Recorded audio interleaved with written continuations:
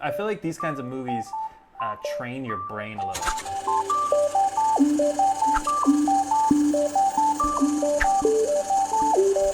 Hi guys, I'm Nick. I'm a director living in Taiwan. Hi everybody, I'm Luke. I'm a cinematographer living in Taipei.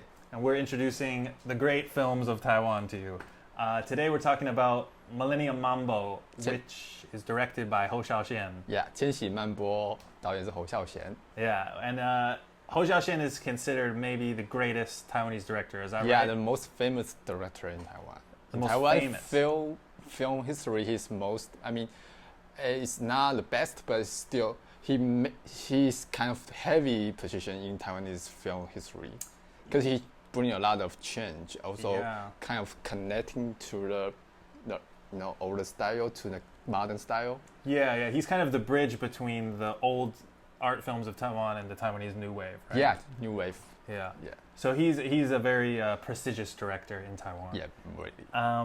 I would say that Hou Xiaoxian's films, though, if you're just starting out watching films from Taiwan, he's one of the more difficult directors to get into. How so? Because the way that he films is very artistic.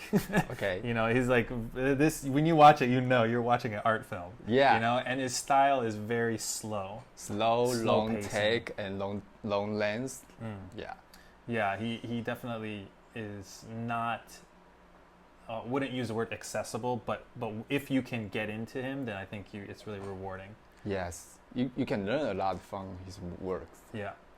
He's a smart director. So Millennium Mambo is about a woman named Vicky, who is, I would say, considered maybe like somebody who lives on the low end of society. Yeah. She is dating a drug addict named Hao Hao, and she works in a hostess bar, which is a little bit like, it's not quite a prostitute, but... Yeah, but not necessarily sex exchange, but kind of like... Men pay money to talk to women in the place and look pretty. She develops kind of a relationship and an interest in her boss, who's a gangster named Jack. And you kind of can see the conflict in her life of her boyfriend, her relationship with her boyfriend, and this new relationship that she has with this gangster.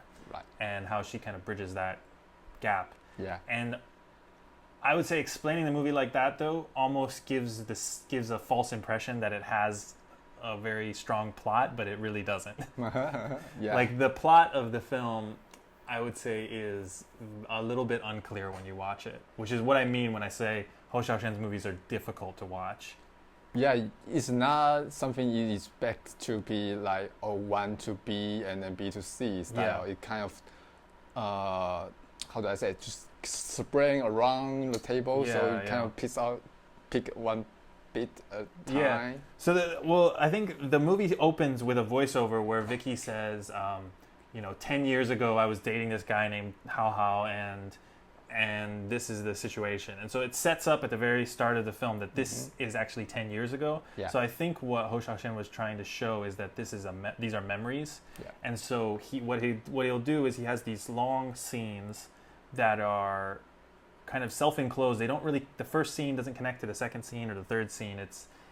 It just shows you these scenes, and they're kind of out of order, and some of the scenes even repeat. Yeah. And you see the same thing that happened before, but it's a little different this time. People are sitting in like a different spot, and what they're doing is a little different. And so you don't know, is this they're doing the same thing again, or is this a memory that's happening, but she's remembering it different this time? But yeah, it's life. Life is always confused, and your memory is not necessary to be lines out with times.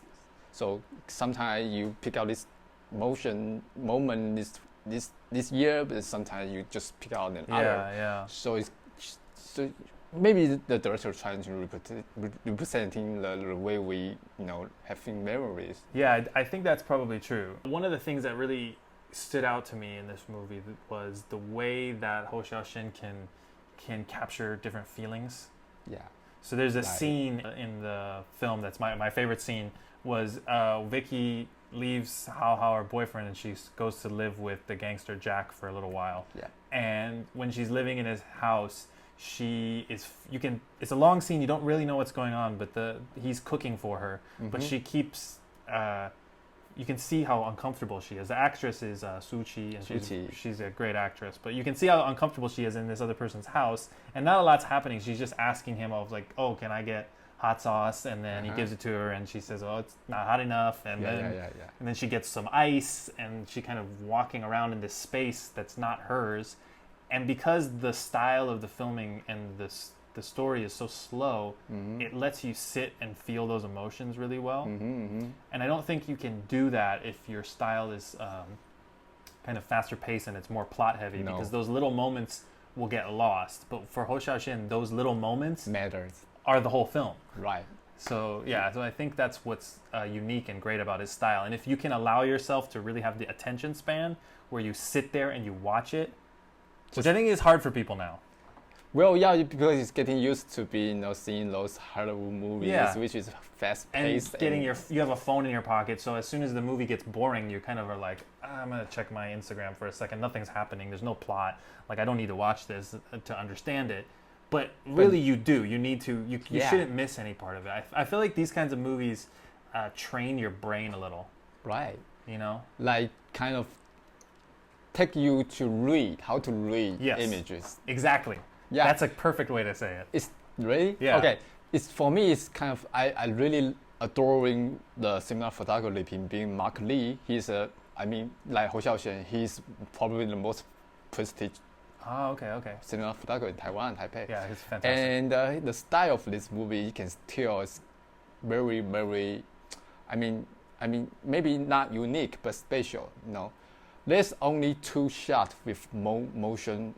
With camera movement, like the very first one is the Suu Kyi on the bridge. Yeah, it's the first take of the film, first shot of the film. Steady hand, follow her. Yeah.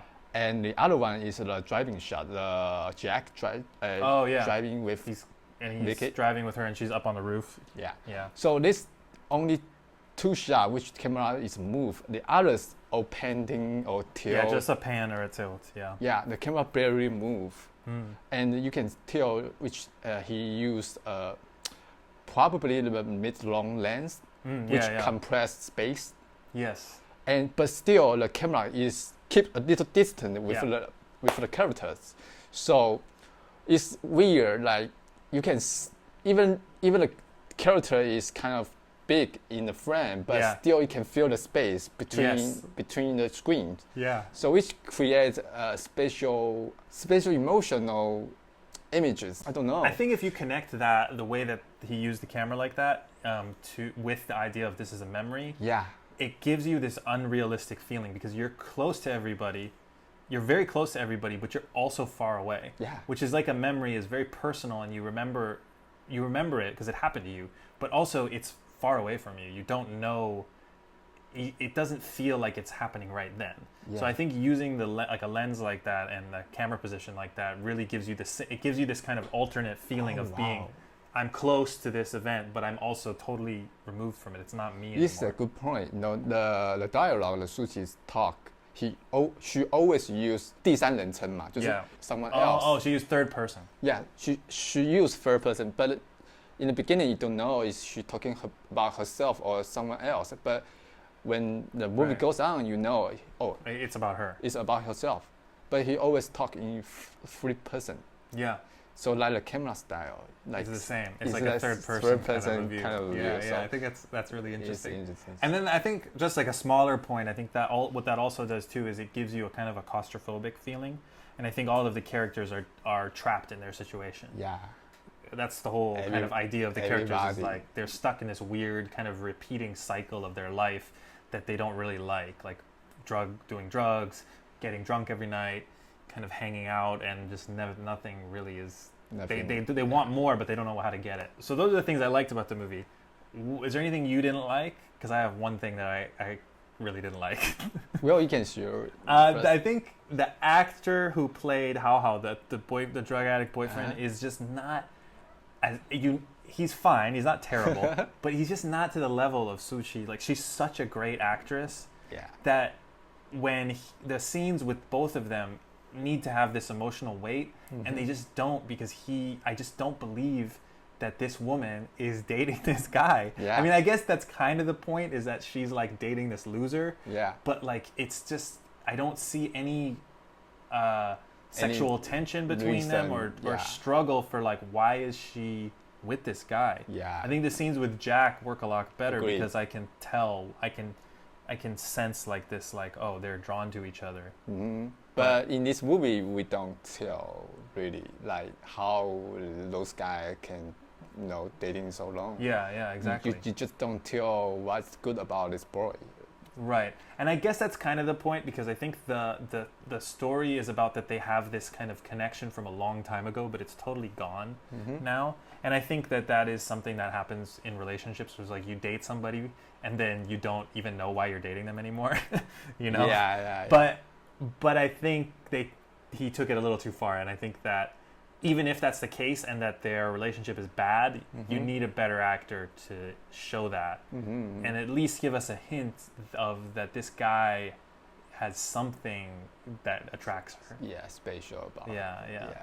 It's a big problem for me too. Is also for those characters around them. It's not. I mean, those gangsters, making troubles. Yes. And the biggest problem for me for the acting is about, those gangsters just kind of call the boss Jack.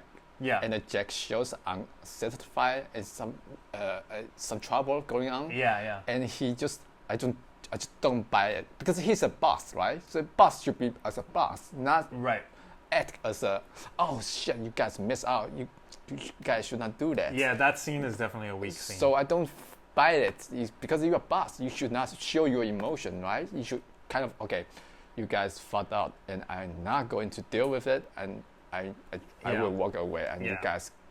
I think the idea of this gang was not really fleshed out well. I think he's using it as a device, kind of a plot device, but his plot is so minimal that I think he needed to make it stronger. Like, I really need to believe that these people in this gang are more dangerous. Yeah, you know, too. I feel like they're just kind of nice people that are hanging There's out. only one gun that Jack shows out when I didn't even notice it. There's a small pistol, like. Oh, really? Yeah, but I didn't even notice that. So anyway, it just totally okay. There's a gun on the table, but okay, so what's it? Yeah.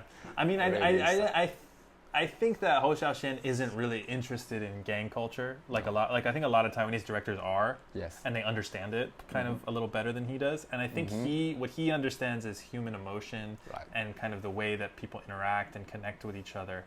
Because even that scene that you're talking about with him getting a call, and the emotional point of the scene, I think, is the fact that Suchi is there drunk, and she's trying to get his attention while he's doing something else, and he's kind of ignoring her. Right. You know, so that's kind of the way that he's filming the scene. Yeah, that's the point of this scene. Right? Yeah, exactly. So.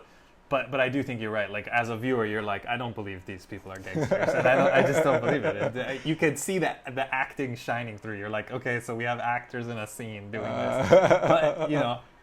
But overall, it's a fantastic film, and it has a lot to unpack. I mean, I think you could watch this movie over and over again.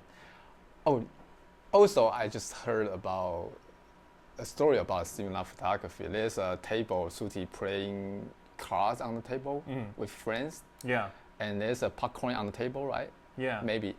And Suchi just keep eating the popcorn. But later on, the Suchi was told, hey, do not eat those popcorn so fast, because those popcorn is reflecting the light to your face. So please don't eat too.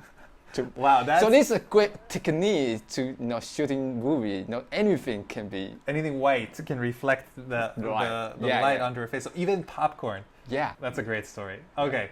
So if you're interested in art films that will expand your thinking and it'll take you a little bit of time to get into, definitely check out Ho Xiaoshen. And I think Millennium Mambo is a good film to start with, because it's a little bit accessible. It's got some easier themes that you could maybe identify with, boyfriend and girlfriend, and feeling stuck. It's got beautiful young people in it. Yeah, that's it.